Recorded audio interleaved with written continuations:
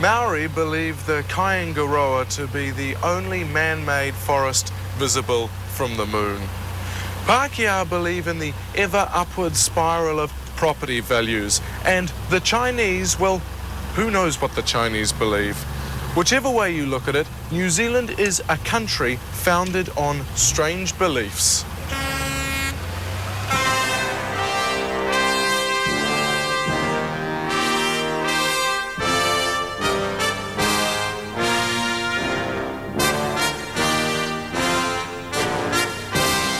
Maori legend tells us that the great explorer Kupe discovered New Zealand after chasing a giant octopus. He then returned home with the news of his discovery, at which point the great fleet was dispatched to settle the new land. We believed the story for generations, but by the 1990s, new information had become available, forcing New Zealanders to drastically reconsider their origins. And it came from a surprising source. This man tells us that he is a prophet, and perhaps he is the last prophet. He's spent time with extraterrestrials. He's even been to a planet or a homeland where these extraterrestrials live. He's travelled in their space vehicles. He has even made love to a robot on this planet. These are incredible claims, and he is here with us today. Rael, you are the founder of a movement, which is called the what? International Raelian Movement. International Raelian. When Rael visited us, we learnt that New Zealand, like the rest of the world, was actually discovered by aliens. And I saw suddenly in the sky a very strong flashing light.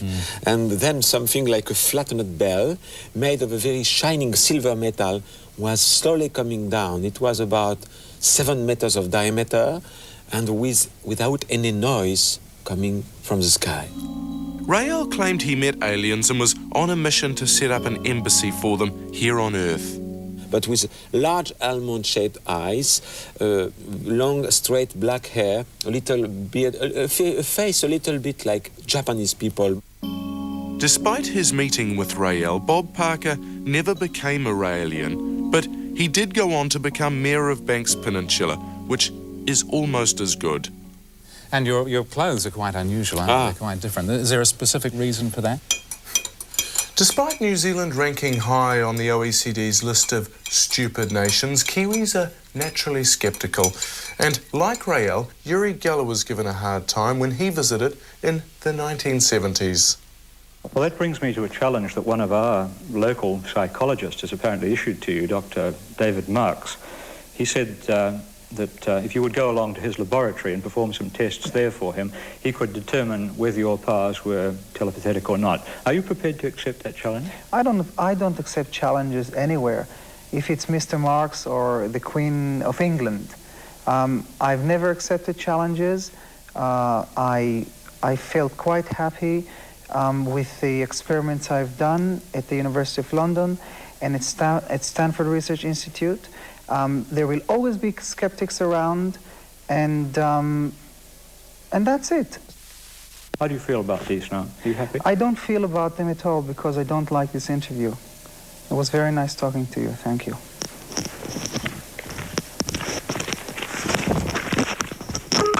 But not everyone doubted Yuri's power.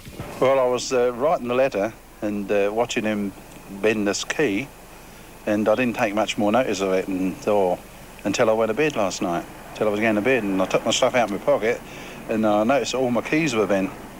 Did you believe in these sort of powers before, Mr. Curtis? No. What do you feel now? Well, I don't know. I just don't know what to believe now. What are the keys for? Oh, this one's for my house, this one's for my van, this one's for my car, and this one's for the boot of my car. I think Uri Geller's coming down here. Are you going to tell him about this? Yes, I'm going to go and see if I can see him and ask for an explanation. And for compensation. The piece that created the most interest throughout the year was the chat with George and Kathy Lotz, the couple that lived the 28 days with the Amityville Horror. This is the spooky couple whose visions inspired the so-called Amityville Horror. There was another occasion when we were sitting in the living room and our attention was drawn to a window that was in the corner of the room. and there was a set of beady red eyes staring back at us. But even more horrifying than Amityville are the boulders of Moeraki. Early Catholics thought these boulders were the eggs of evil dragons from the heavens. We now know that these boulders didn't come from Mars like the missionaries postulated. They came from somewhere much closer to home. It wasn't until the 1960s that science proved that these petrified Taniwha eggs actually came from somewhere near Taupo, possibly thrown up by the Great Eruption in 130 BC. The petrified dragon eggs are placed in a parabolic chamber where scientists can determine their structure, age and provenance, proving conclusively that Taniwhas did indeed exist. Do Taniwhas exist? To what? Do Taniwhas exist? Taniwhas? Of course not. We're not on air now, are we? You're on. Oh, we are? All right, go on. No. But do you want to ask that one again? Yeah. Do Taniwhas exist? No, of course they don't, but I don't mind that sort of nonsense going on as long as unfortunately so often happens with these Maori things. It ends up with people having to pay money to them. Now, it's no different believing than believing in stupid bloody religions, etc. But at least they don't hit the taxpayer, the Catholics and the Anglicans and the rest of it. Belief in superstitious nonsense is nothing new, but as far-fetched as those beliefs held by early Maori were, nothing quite compares to the stupidity of modern middle-class Pākehā.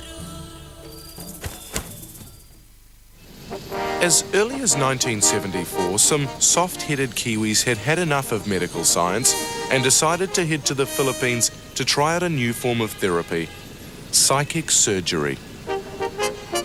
I was lying back enjoying it, and the next minute I felt the pressure of hands, the piercing of skin, and the hands inside my body twisting bone, and it sort of brought on quite a shock. With some dexterous use of chicken giblets, gullible New Zealanders were easily fleeced by the wily foreigners.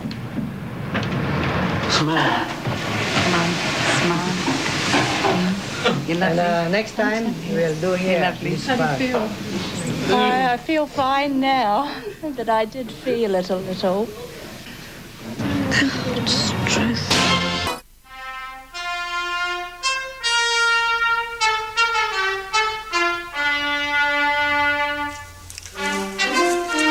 For generations, Maori used this giant structure to tell time by measuring the sun's movement across the sky. Sadly, daylight savings put an end to this Stonehenge. No matter how hard they tried, they couldn't move the giant pillars to put the clock back an hour. Pākehā had little time for Maori beliefs, but Maori had faith enough in Pākehā beliefs to fight the white man's wars. The deeds of the famous Maori battalion are the stuff of legend. Less acknowledged are the heroics of New Zealand's World War II Special Forces. The 43rd Battalion, or Special Needs Forces, comprised of men usually considered unfit for service. As the war dragged on and casualties mounted, the army, desperate for new recruits, turned to New Zealand's mental institutes. David Bray's intellectually handicapped grandfather was among the first called up. Granddad had the body of a 25-year-old but the mind of a 4-year-old. And no one in the family really ever thought they'd see him again, to be honest. Many thought the men doomed, but their mental instability and limited intelligence made them highly unpredictable on the battlefield. They were good fighters, good troops. They were damn good troops. They had no concept of fear. They had no concept of anything, really. Just had no idea. The Special Needs Forces first saw action in North Africa, where they made an immediate impact. The New Zealand soldiers are proving a handful, especially their defects. Yesterday, I lost 15 men when one of them ran at us with a hand grenade stuffed in his rectum. Despite being unable to understand or follow orders, the men of the 43rd won more battles than they lost. Their leader was Captain Douglas Winchester Burns. A long-time Sunnyseat resident, Burns was an idiot savant. Burns was mad. He was completely mad. But he did have an extraordinary memory. He could take one look at a place, an enemy base, for instance, and hours later reconstruct it exactly using just matchsticks. That made him very useful. They were a famous division, and they fought very well indeed. Of course, their quarters were a mess, poos everywhere, some drooling, but very brave. A lot of revisionists question the ethics of the Special Needs Forces. You know, is it right to send retards into battle? No, I don't think he was exploited. I think it gave him a real chance to learn.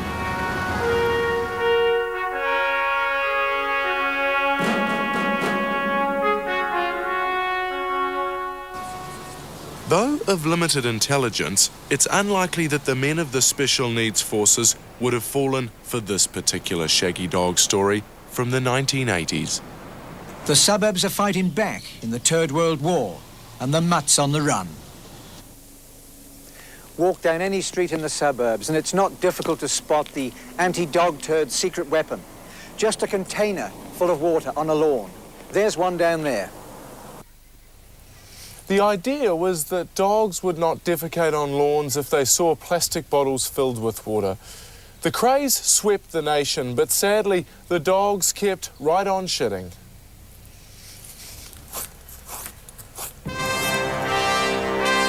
As a nation, we have long been entranced by cylindrical objects, whether they be bottles, rugby balls, or even UFOs.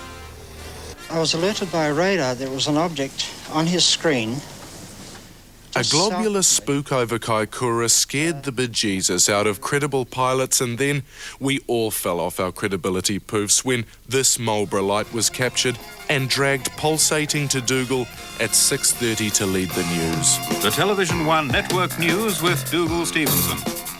There's been another sighting of what may be a UFO over the Kaikoura coast. With me in the studio are reporter Terry Olsen and soundman Lloyd. This was also a time when 1 in 3 men were Dougal Stevenson. It was still moving when I actually saw it.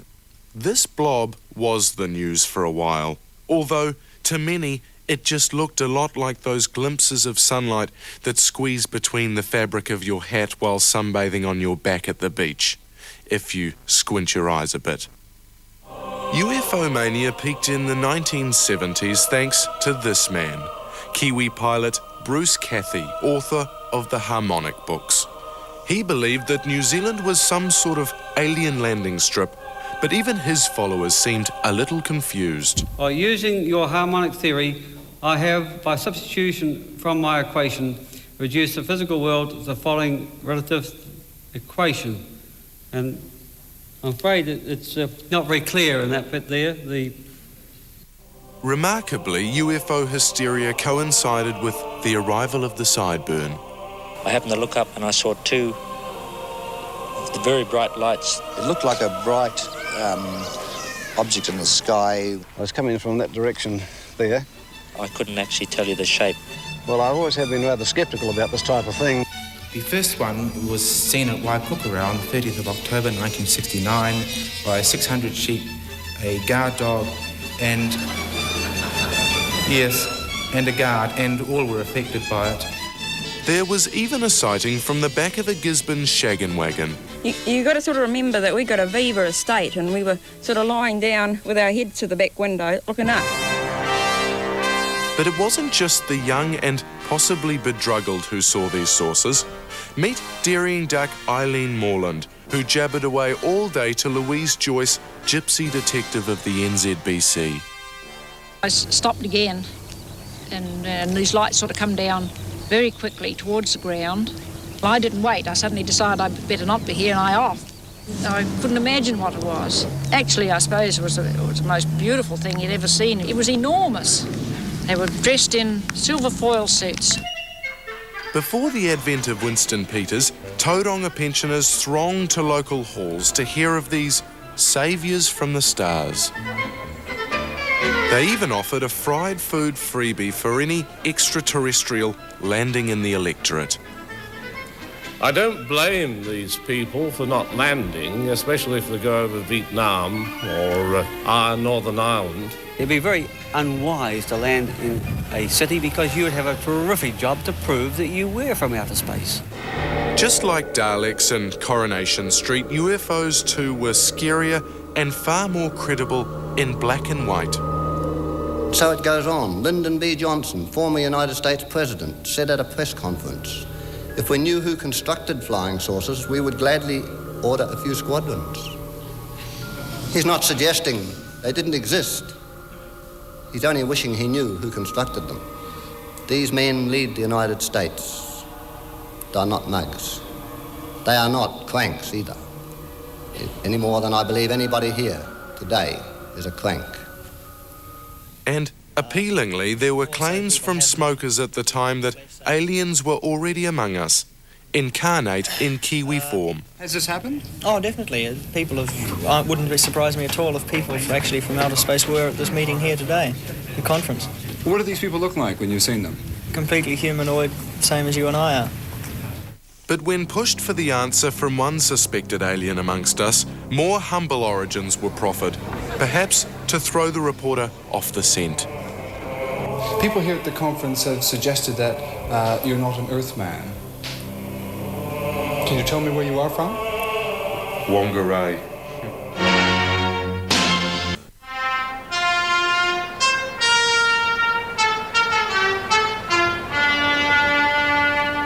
Penguins have always been the objects of fascination.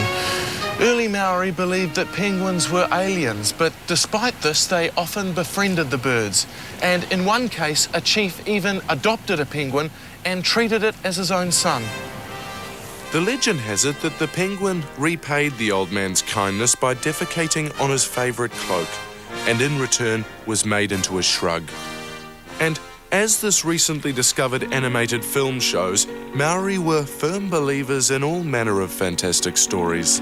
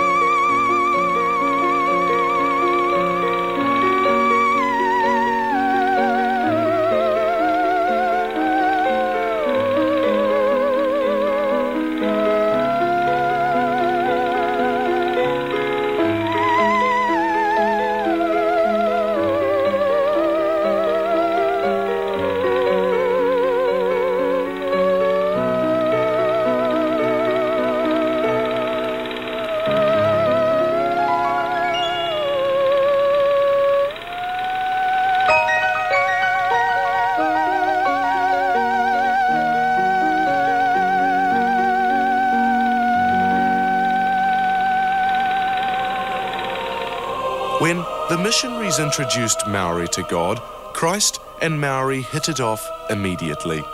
They got on like a house on fire and set alight a hot flame of belief which today can be seen spluttering in the altars of Brian Tamaki's Destiny Church. But Bishop Brian and his bag of tricks are B-grade compared to the great Maori prophets. They were inspired by divine messages with the voices of angels and God himself ringing in their ears. They were Old Testament, God's chosen people, brown Hebrews. But these early Maori religious movements were also driven by liberation theology and the politics of freedom from white rule. There were the legendary Ho-Ho. They decapitated their enemies and revived cannibalism. They wanted their land returned. So too did Takuti, who founded the Ringatu faith. There was the prophet Rua, who founded a new Jerusalem in the Ureweras. There was the Ratana Church still thriving today and Te Whiti's peaceful settlement at Parihaka. Parihaka was destroyed and Te Whiti arrested. Worse was to follow when Tim Finn tortured New Zealanders with his song Parihaka. Truly, this was white man's Utu. The spirit of non-violence has come to fill the silence, yeah, now. The prisoners of Parihaka were brought here to Dunedin, where they worked as slave labour, building this sea wall on the Otago Peninsula.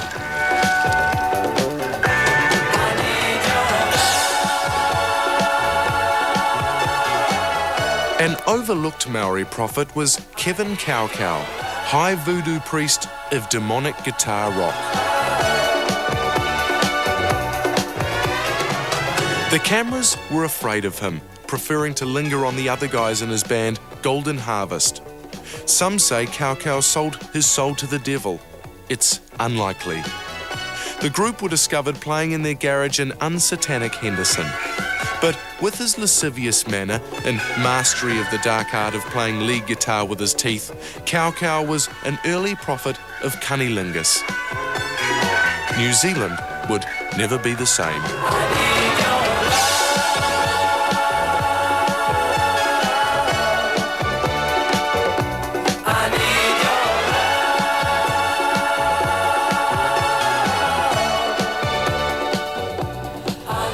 Our country is riddled with mumbo-jumbo, jiggery-pokery and kinesiology. But there's little doubt that no matter how stupid our beliefs, they have shaped our country. Whatever you believe, one thing is certain, and that is that nothing is. In this, our Aotearoa, land of belief.